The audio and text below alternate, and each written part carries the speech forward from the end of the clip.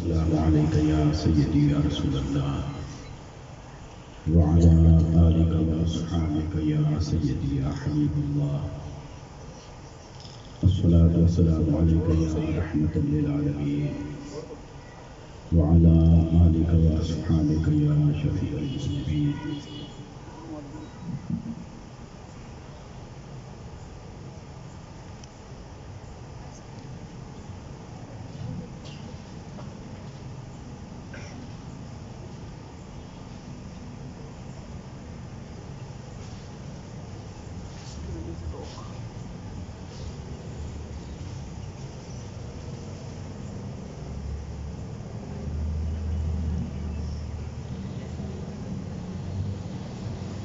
نحمده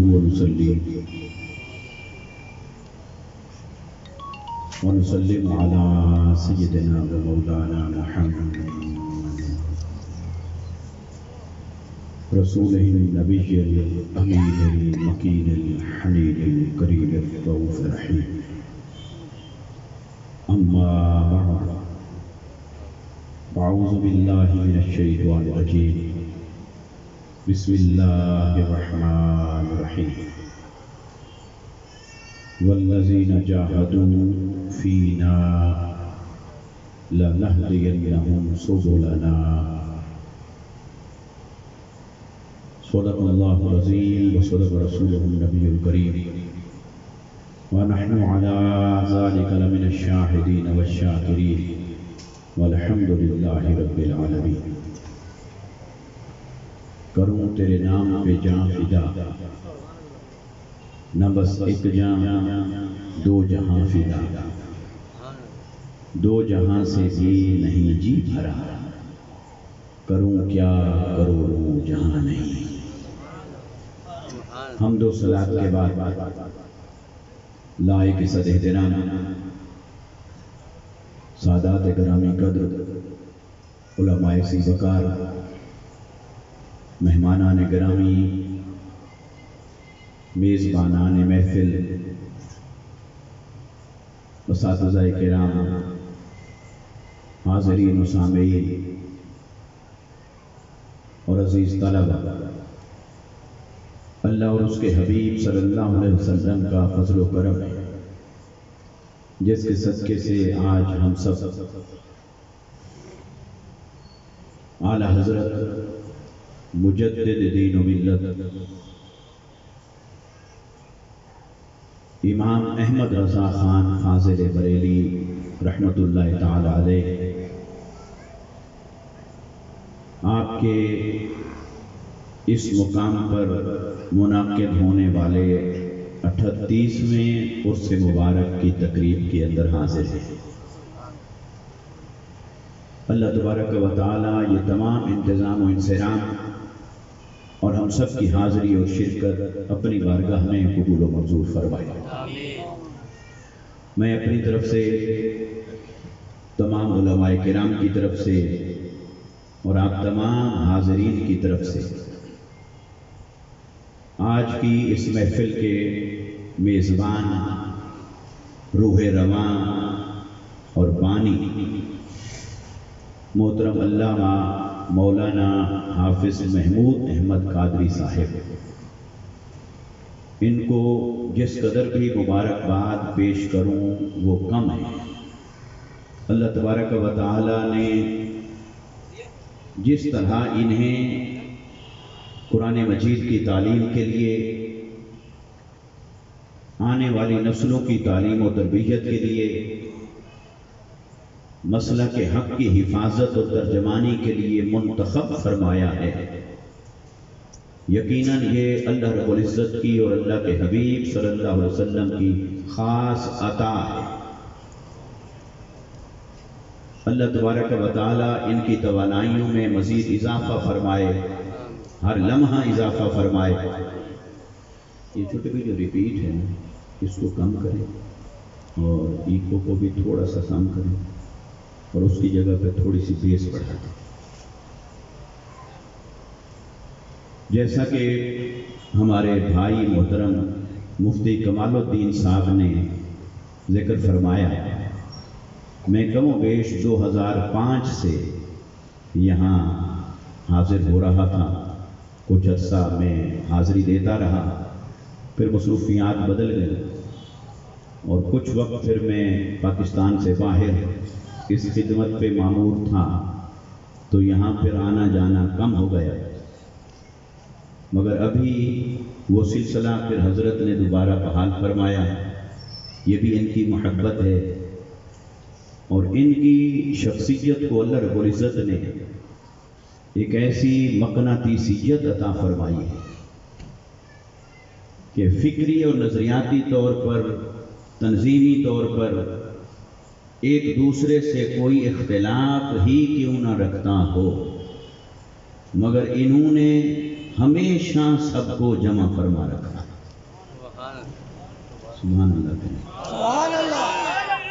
اور آج کے دور میں، نفرتوں کے دور میں، ہمیں ایسے افراد کی ضرورت ہے اور ایسے افراد کی قدر کرتے رہنے کی ضرورت ہے جنہوں نے مسلک حق کے تمام طبقات کو آپس میں جوڑ رکھا ہے، اور یہ جوڑنے کا کام ہمیشہ کوئی مرد حق کرتا ہے، کوئی صوفی کرتا ہے۔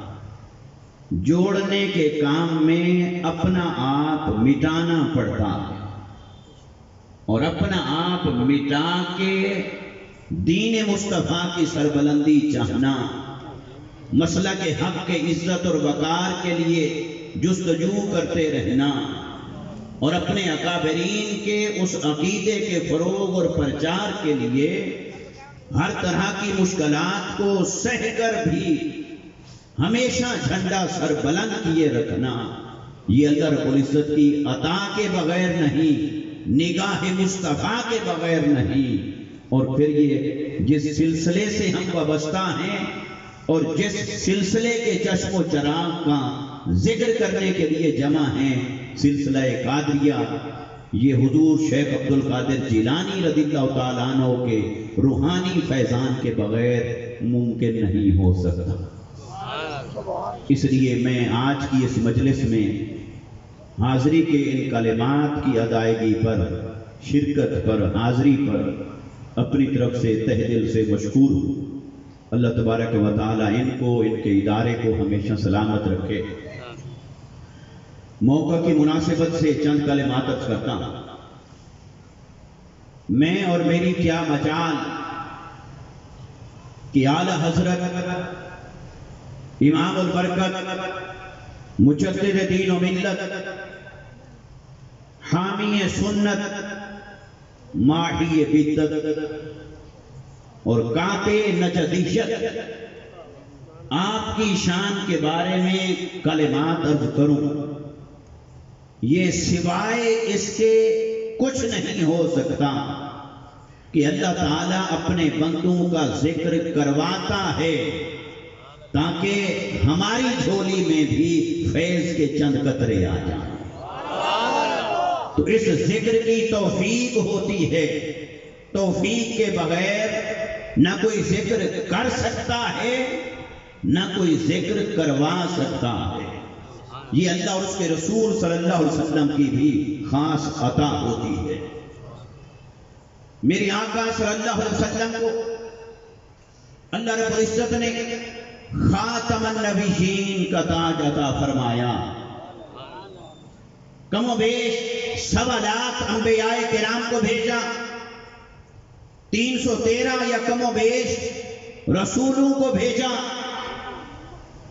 جتنے بھی انبیاء کرام تشریف لائے، جتنے بھی رسول اعظام تشریف لائے، وہ تمام ہستیاں اللہ کی طرف سے ہدایت کا پیغام لے کر اپنے اپنے زمانے کے اندر تشریف لاتی رہیں، لیکن جب وہ سلسلہ نبوت، جب وہ سلسلہ رسالت اللہ کے حبیب احمد مصطفیٰ محمد مصطفیٰ صلی اللہ علیہ وسلم کی ذات ببرکات تک پہنچا تو اللہ نے فرمایا حبیب وخاتم النبیین، اب ختم نبوت کا تاج تیرے سر پہ سجا دیا ہے۔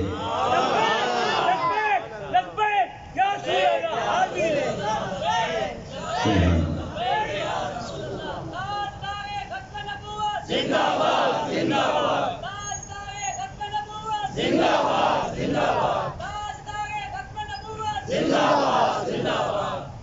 آپ کے ذوق کو تو دیکھ کے لگتا ہے کہ مجددیت کی طرف آنے سے پہلے ختم نبوت کی گلی سے ہو کے آنا چاہیے، کیونکہ مجددیت در حقیقت ختم نبوت مصطفیٰ کا مظہر ہے۔ یہ وہی متبادل انتظام ہے جو اللہ نے انسانیت کی رہنمائی کے لیے اور امت کی رہنمائی کے لیے فرمایا۔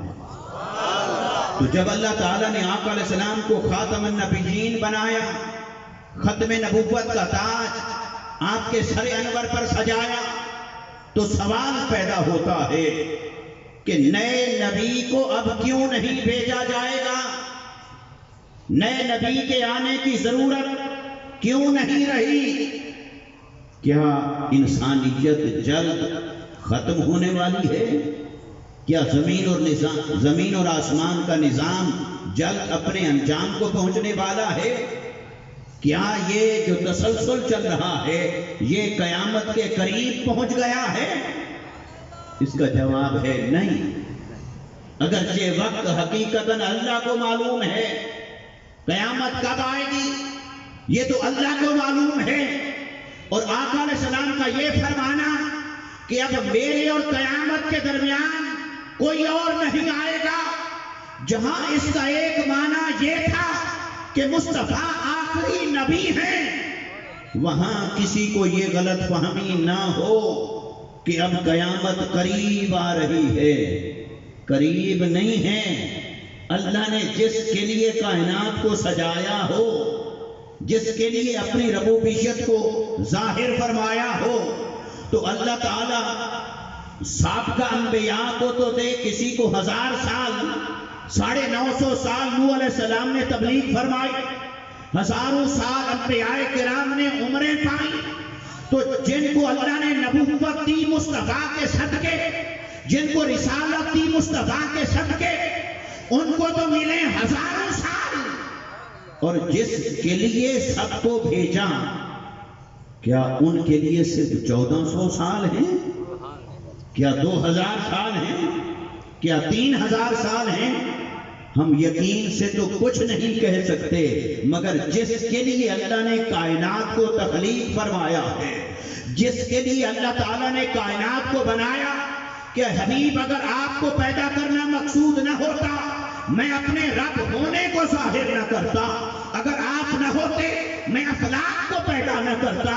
ارے جو وجہ تخلیق کائنات ہے، ان کی بعثت کے بعد ان کی شریعت مطہرہ کو، ان کے دور شریعت مطہرہ کو چند 100 سال میں بند نہیں کیا جا سکتا۔ اللہ نے مصطفیٰ کو بھیجا، معلوم نہیں اب کتنے 1000 سال بعد قیامت آئے گی، کیونکہ جس کے لیے کائنات کو بنایا اس کی نبوت کا مظاہرہ بھی اسی قدر طویل فرمانا ہے۔ تو آقا علیہ السلام کا جو زمانہ چل رہا ہے شریعت محمدی کا، یہ بھی مختصر نہیں، یہ مختصر ہو نہیں سکتا، یہ طویل ہے۔ اگرچہ دور فتن کا شروع ہو جانا ایک الگ بات ہے، علامات فتن کا آ جانا الگ بات ہے، مگر ایک دور فتن کتنے سالوں اور صدیوں پر محیط ہوگا، اس کی تحدید اور پابندی ہم میں سے کوئی نہیں کر سکتا۔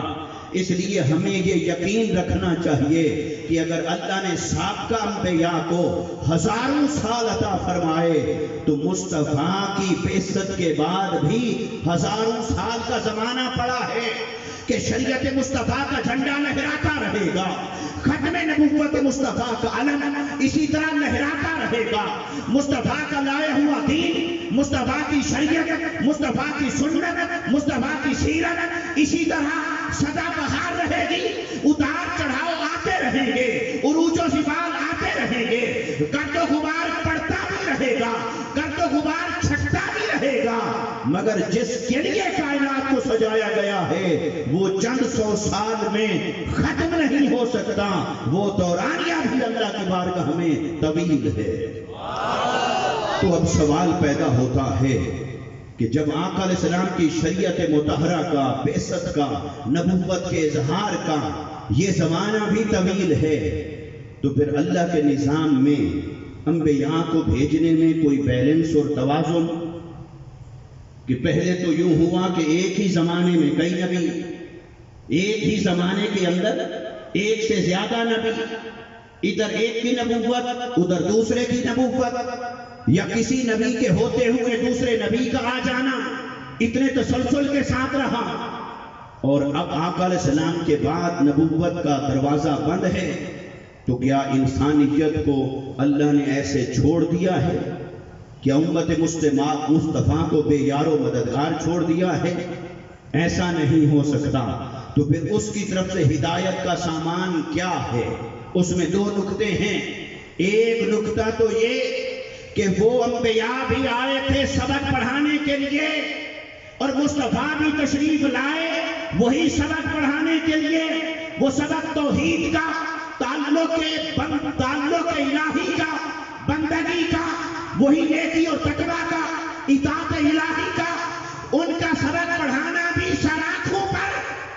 مگر وہ سبق پڑھا کے جاتے تھے، پڑھنے والے اتنے کچے ہوتے تھے کہ چند صدیوں بعد پھر شرک میں مبتلا ہو جاتے تھے، چند صدیوں بعد پھر تعلیمات کو بھولا بیٹھتے تھے۔ بلکہ ایسا بھی ہوا کہ صرف 40 راتوں کے لیے اللہ نے موسیٰ علیہ السلام کو کوہ طور پر بلایا، تو 40 راتیں پہلے جنہیں صاحب ایمان اور صاحب توحید چھوڑ کے گئے تھے، واپس آئے تو دیکھا شرک میں مبتلا ہو گئے ہیں۔ اتنا کچے تھے وہ سبق پڑھنے والے۔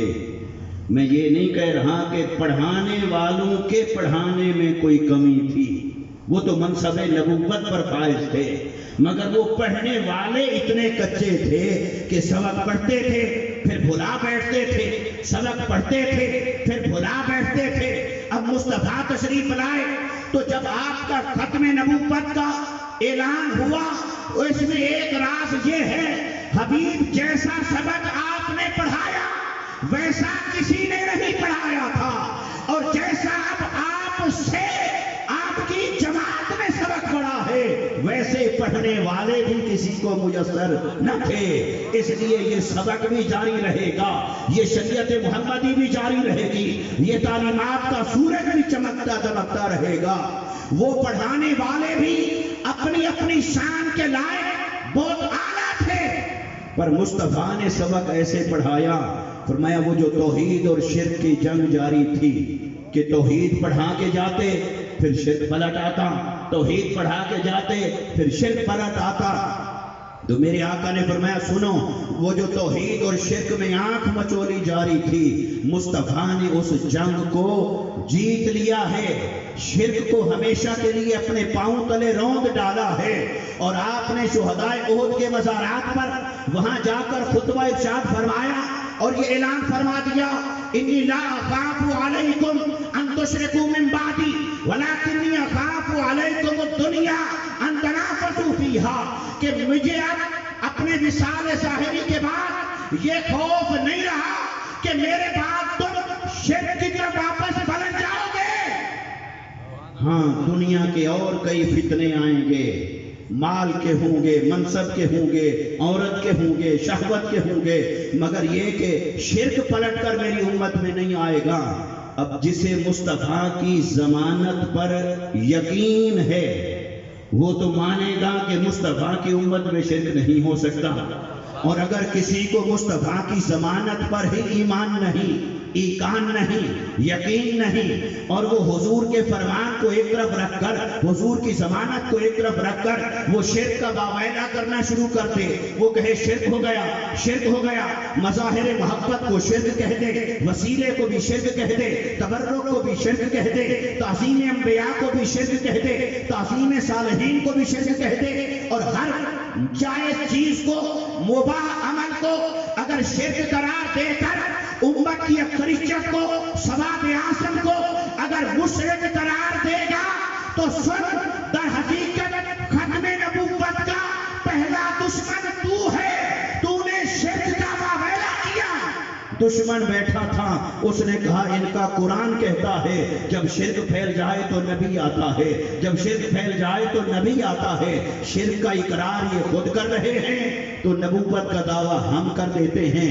ختم نبوت مصطفیٰ پر حملہ کرنے والے ڈاکو کو وہ راستہ کس نے گھڑ کے دیا کہ آؤ امت میں شرک پھیل گیا ہے، تو پھر وہ آ گیا۔